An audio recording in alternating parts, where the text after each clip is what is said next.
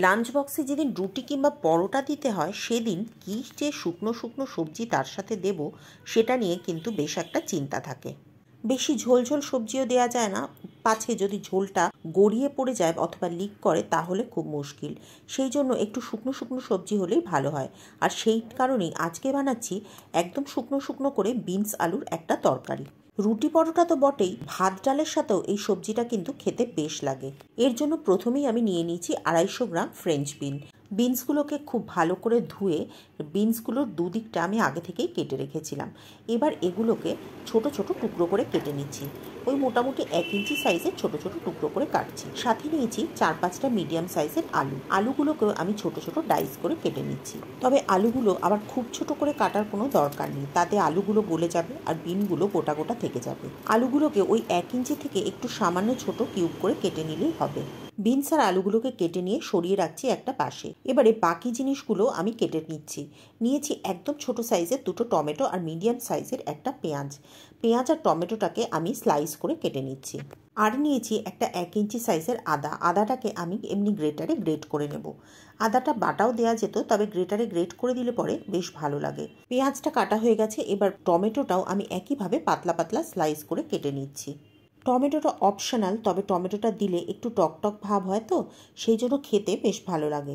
তবে আপনি যদি একটু টকটক পছন্দ না করেন তাহলে টমেটোটা স্কিপ করতে পারেন। যে কোনো সবজি রান্নাতে আমরা সাধারণত চিনির ব্যবহার করে থাকি, কিন্তু আজকে আমি এটাকে একটু ঝালঝাল টকটকভাবেই বানিয়েছি। কোনো রকম চিনির ব্যবহার এটার মধ্যে করিনি, তবে আপনি চাইলে সামান্য একটু চিনি দিতেই পারেন। এবারে চলে যাব মেন রান্নার প্রসেসে। কড়াইতে গরম করে নিয়েছি 3 টেবিল চামচ মতো সরষের তেল। তেলটা ভালো করে গরম হয়ে গেলে তারপরে এর মধ্যে দিচ্ছি জিরে ফোড়ন। আমি এখানে সিকি চামচ মতো জিরের ব্যবহার করেছি।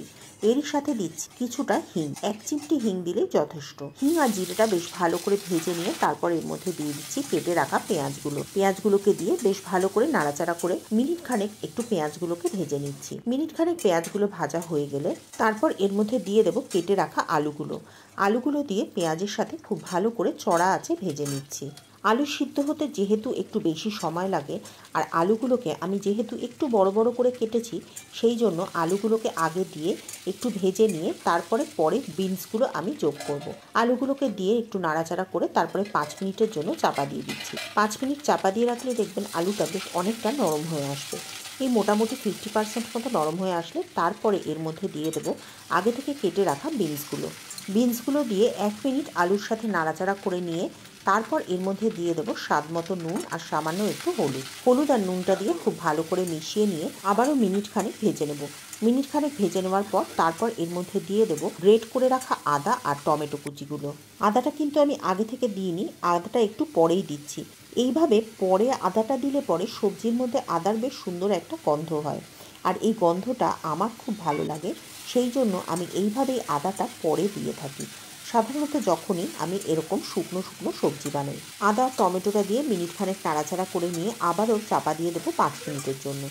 5 মিনিটের জন্য চাপা দিয়ে মিডিয়াম হিটে এটাকে ভাজা ভাজা করে নিলে পরেই দেখবেন যে বিনস আর আলুগুলো বেশ সুন্দরভাবে সিদ্ধ হয়ে যাবে। দেখুন আমি একবার দেখে নিচ্ছি যে আলু আর বিনসগুলো সিদ্ধ হয়েছে কিনা।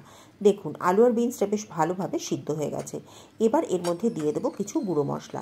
দিচ্ছি 1 চা চামচ শুকনো লঙ্কার গুঁড়ো আর সাথে দিচ্ছি 1 টেবিল চামচ মতো কিচেন কিং মশলা।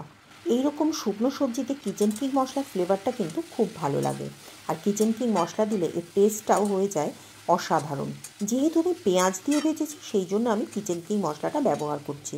যখন আমি পেঁয়াজ ছাড়া নিরামিষভাবে এরকম শুকনো শুকনো সবজি বানাই তখন সমস্ত সবজিটা তৈরি হয়ে যাওয়ার পর সাধারণত একদম শেষে আমি ভাজা মশলা মেশাই। আর যে কোনো নিরামিষ সবজিতে ভাজা মশলার টেস্টটা কতটা ভালো লাগে সেটা আলাদা করে বলে দেওয়ার তো কিছুই নেই। কিচেন কিং মশলাটা দিয়ে খুব ভালো করে মিশিয়ে নিয়ে তারপর সবজিটাকে নামিয়ে নিচ্ছি। তৈরি হয়ে গেল রুটির সাথে খাওয়ার জন্য আলু বিনসের শুকনো সবজি। এই সময় ওপর থেকে একটু ধনেপাতা ছড়িয়ে দিতে পারেন। আজকে আমার কাছে ধনেপাতা ছিল না বলে আমি আজকে আর ধনেপাতাটা দিতে পারিনি, তবে আপনি যদি বানান অবশ্যই ধনেপাতাটা দেবেন। ধনেপাতাটা দিলে বেশ ভালো লাগে খেতে। আজকের রেসিপি কেমন লাগলো কমেন্ট করে অবশ্যই জানাবেন। ভালো লাগলে লাইক করে শেয়ার করে দেবেন। চ্যানেলে নতুন হলে চ্যানেলটি সাবস্ক্রাইব করে পাশে থাকা বেল বাটনটি ক্লিক করে দেবেন। আর যদি ফেসবুক পেজ থেকে দেখেন তাহলে পেজটিকে ফলো করে নেবেন। আজ তাহলে এ পর্যন্তই। পরের দিন আবার দেখা হবে নতুন রেসিপি নিয়ে নতুন ভিডিওতে।